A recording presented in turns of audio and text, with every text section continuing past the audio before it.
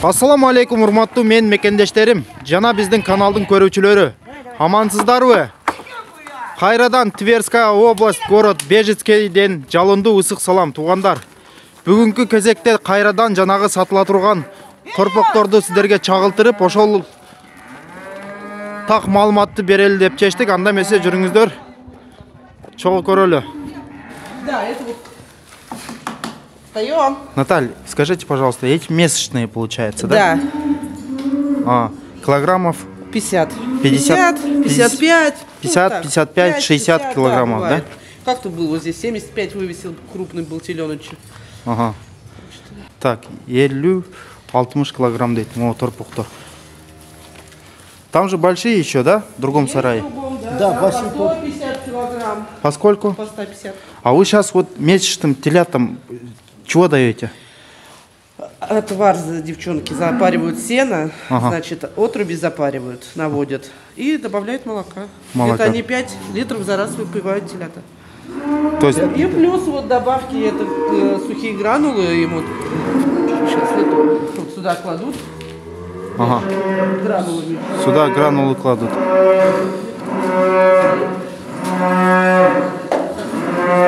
Покупаем. Там еще побольше телята покажи, там больше месячные. Больше месячных. Пойдемте. Так, пирайдан. Так, они получается этим... Сколько месяцев? Грубо 2 месяца. 2 месяца. Так, по 185 рублей. Сколько мы насчитали? 12 950. 12 950. Ну, 12-13. 12 мин. Они самостоятельно что, все кушают? Все кушают. Все кушают самостоятельно, вот так вот. Да. Все, дорогая. Спасибо.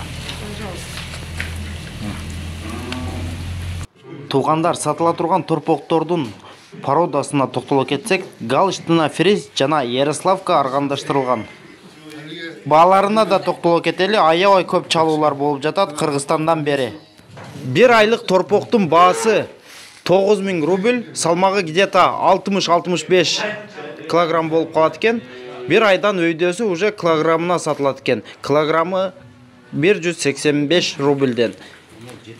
Ал эми 2 айлык торпоктун килограммы 185 рубль болгондо, салмагы 70-75 килограммды түзөт экен. Тыйыны болсо 12-13 миң рубль болуп калат экен. 4 айлык, 5 айлык торпоктор 80-90-100гө чейинки салмакта болот экен. 14-16 миң рубль болуп калат экен. Караштырып көрөсүздөр. Анан туугандар көбүнчө эркек торпокторду сатышат экен.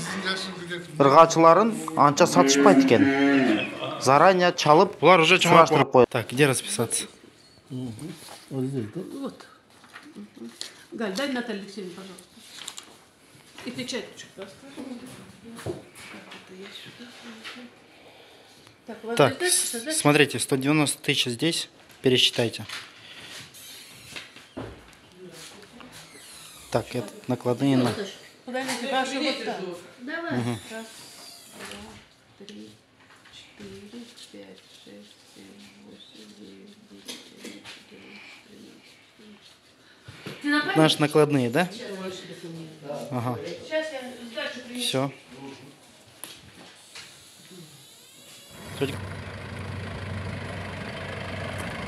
Буйырса машинада келип калды. Ушу машинага жүктөйбүз азыр торпокторду.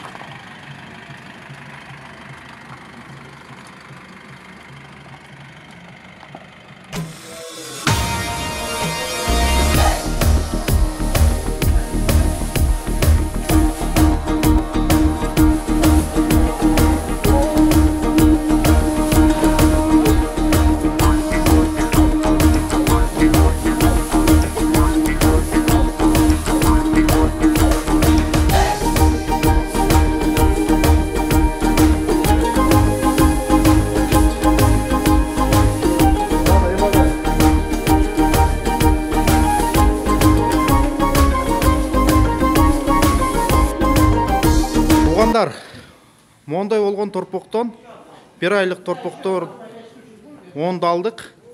Анан 2 айлыктан алдык, 3 айлык, ошентип 5 айлыкка чейин. Так, бул торпоктордон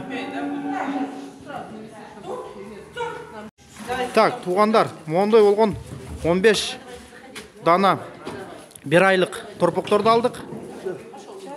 Так, азыр веске салып атабыз. Вес менен через весе. Так. А их зачем на весе, Наташ? А, для вас? Ясно. Так. Бұлар жаңағы торпоқтор, 9000-дік торпоқтор.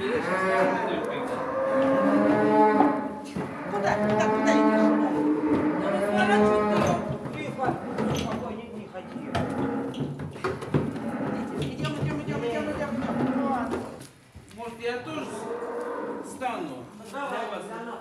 Так. Здесь получается сколько? 5 штук. 5 штук. Сколько получается? 5 торпок, ошондо. 1 айлык торпоктор. 50, 67, 185. 185. 185 килограмм, да? 185 килограмм, 5 торпок. Ондай болгон 1 айлык торпоктор. Так, бир-бирден эле көтөрүп сала берели анда.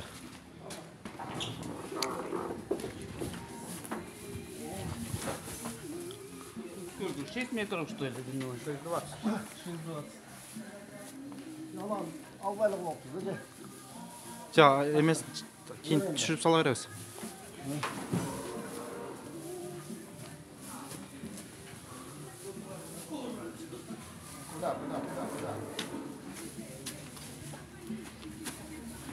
Вперед!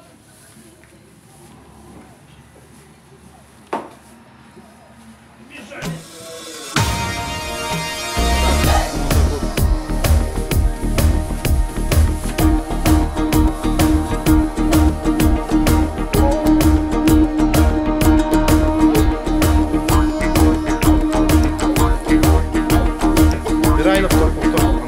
9000.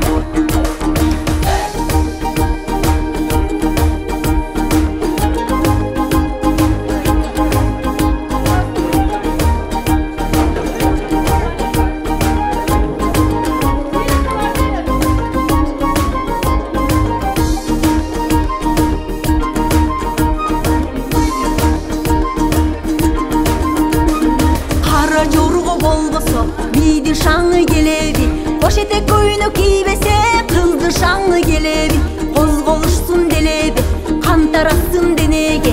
Кара жорго болбосо тойду шаңы келеби. Эй, кара жорго бийлеңиз, кой десе да койбоңуз. Тугандар ушинтип 5-5тен ушинтип таразыга коюп туруп сатат экен. Булардын өзүнүн Нога загнулась, голова опять пришлось лезть. Еще один.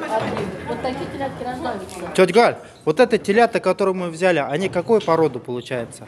У нас здесь Ярославка и плюс смесь вот этих пестрых галштины. Смесь чего? Галштины, Ярославку с галштиной. Галштина и Ярославка смесь получается, да? Да. Который черный это Ярославка, а который пестрый это по кроем Ярославку галштинами. У нас же искусственное осеменение. Скажите, пожалуйста, вот мы телят брали, получается, по месячные, они сколько одна весит? А сейчас вам скажут вес. Все, вот. 55 средний вес. 55 килограмм одна. Да. Наташа Жданова фотографирует. Ага, взяли. 55, да? Да. Ну, вот 55 Всё, килограмм грузим. средний вес. Какой-то может 60 вывесить, какой-то 50. Средний вес. Средний 55 выходит. Тугандар, 1 айлык торпоктор бул жакта 15 штук болду. Так, 1 айлык торпоктун веси где-то 55-60 килограммга чейинки салмакта болот экендер. Баасы 9000 рубльден. Ондай болгон.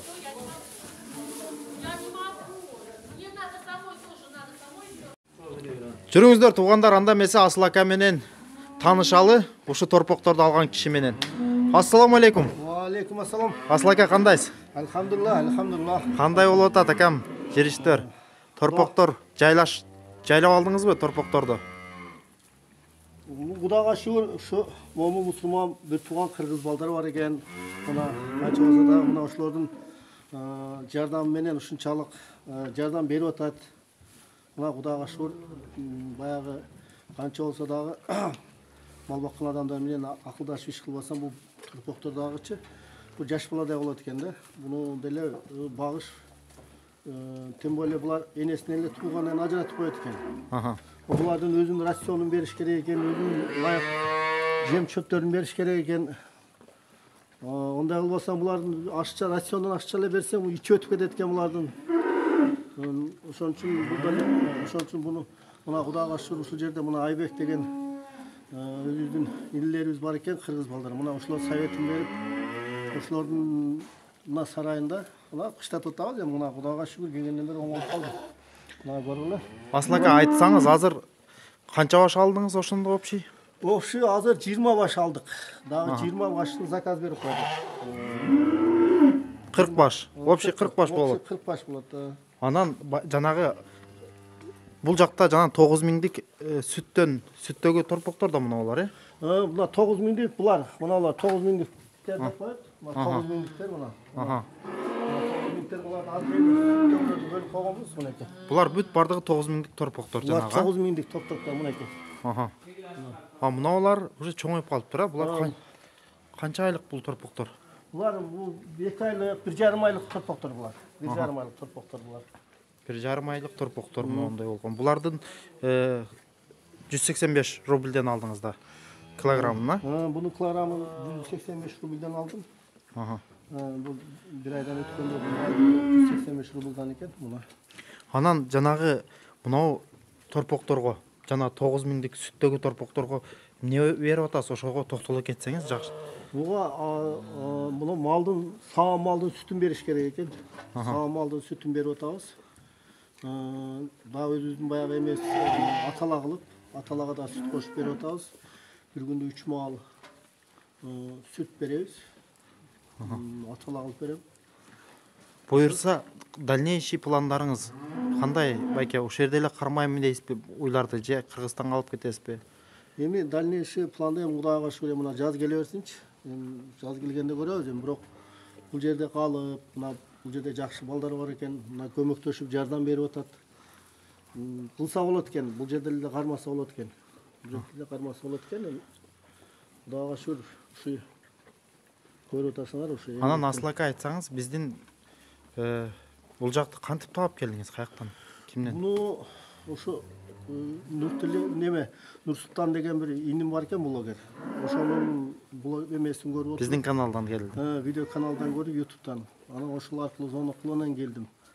Биздин каналдан келип, ушул жака келип калдыңыз, Ушул каналга келдик, мына көрүп атасыңар. Буюрса, бул жакта туугандар 20 баш экен, общий торпок жана 9000диктер. Анан бул жакта жана 2 айлык торпоктор экен. Общий 20 баш экен. Дагы 20 баш алып келебиз дейт. Ушундай туугандар. Сүйлөй бериңиз. Эмне мына Кудайга шүгүр, мына торпокторду алып, мына Айбек деген инибиз бар экен. Мына Кудайга шүгүр, момун мусулман, пенде кайда болбосун, мусулманга дайыма оң колун сунат дегендей, мына ошонун жардамы менен ушунун сарайы экен мына. Мына ошо сарайга жайгаштырып, торпокторуму билген билимин мага жардамдашып, чыныгы жакшы мусулмандык сапаттарын көрсөтүп мага жардам берип атат. Мына Кудайга шүгүр. Мына Нурсултан деген инимин YouTube аркылуу мына канчалаган кыргыздар жүрөт. Ошолорго ушу чыгарма эмен чыгарган эмеңер көп пайдалуу болуп атат да, түшүнгөн адамдаргачы. Мына ошентип мынандай жакшы адамдарга жолуксаңар, Кудайга шүгүр, дагы кыргыздар канчалаган бул жерге келгеле, канча болсо мына жардам беребиз Кудайга шүгүр. Демек, Асыл аке, сиз Айбек аканын бул жак Айбек акага таандык, эме сарай. Айбек аканын фермасы. Ушул жакка алып келдиңиз. Айбек ака? Бияка YouTube'дан көрүп, чалып, жардамдашасың ба алып дегенден алышып, жардамдашып, мына сүт эмди торпокторду кантип багып чоңойтконго жардамдаш дегенден жардамдашып, мына келип багып атабыз. Ынтымакта. Мына көрдүңүздөрбү, тукгандар. Ушинтип бири-бирибизге ушинтип поддержка кылып.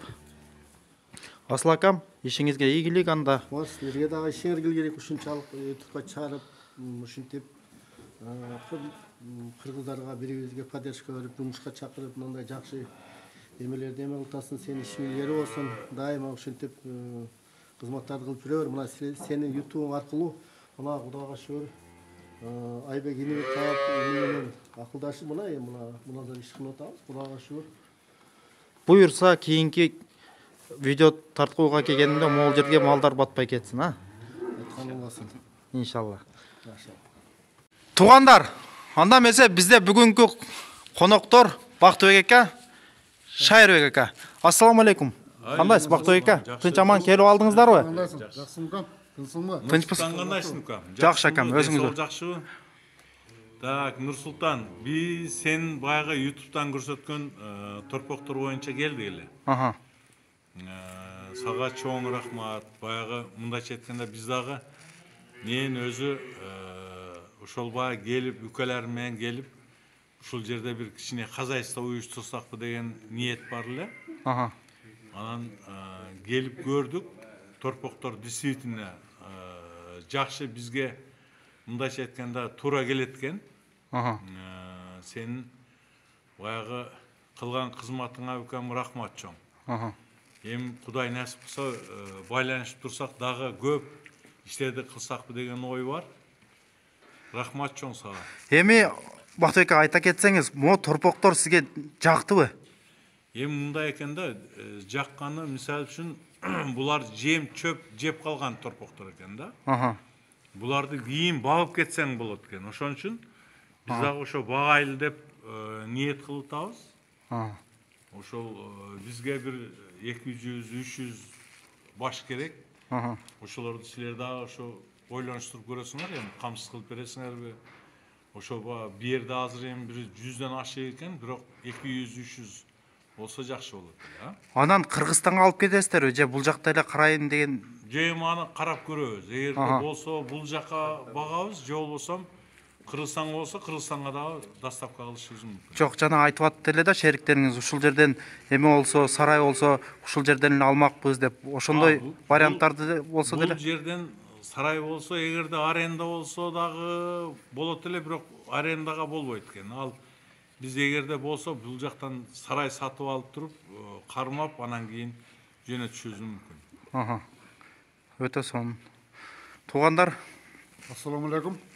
Нурсултандын YouTube каналындагы көрүүчүлөрү, силерге биз бир ушул неме менен келип калдык. Нурсултандын YouTubeга чыгарып көргөн видеосу аркылуу келип калдык да, ушул Нурсултандын сунушу менен келип, ушул жерде мал чарбачылыгын өнүктүргөнү, ушул жерде жакшы малдар бар экен. Мындай бир породасы бар малдар экен, ушуларды көрдүк. Биздин акабыз Бактыбек ака ушул бизге жакшы бир сунуш менен мал чарбачылыгын кичине бир ушул жакта кылып көрсө кандай болот деген ой менен келдик эле. Өтө жакшы экен. Карап бардыгын салыштырып көрдүк. Кылсак болот. Эмне себептен кыргыздар ушул жерде ушул нерсени өнүктүрсөк болбойт деп келип көрүп атабыз. Нурсултанга рахмат. Нурсултан, Салмурбек деген индерибиз келип бизди көргөздү. Мал сарайларды көрдүк. Малдардын бардыгы бизге жакты. Келгиле, келип көрүп, ушул нерсени өнүктүрсөк болот экен. рахмат. Анда ишиңиздерге ийгилик. Мына Москвадан келген жалааттык акалерибиз торпок боюнча келиптир. Кыргызстанга биздин көрүүчүлөргө, жалпыларга салам жолдоп коюңуздар. Салам алейкум. Нурсултандын каналына жазылгыла. Каттала кетиңиздер, биздин каналга. Катталып жазылып, жаңылыктардан угуп турула. Айыл чарбасын өнүктүргүңөр келсе, Тиберге келгиле. Ана туугандар, уктуңуздар. Мал кылам, жер кылам, эгин кылам десеңиздер, Тверская область, город Бежецкийге келе бересиздер. Анда эмесе көрүшкөнчө аман туруңуздар. Ассаламу алейкум ва рахматуллахи ва баракатуху.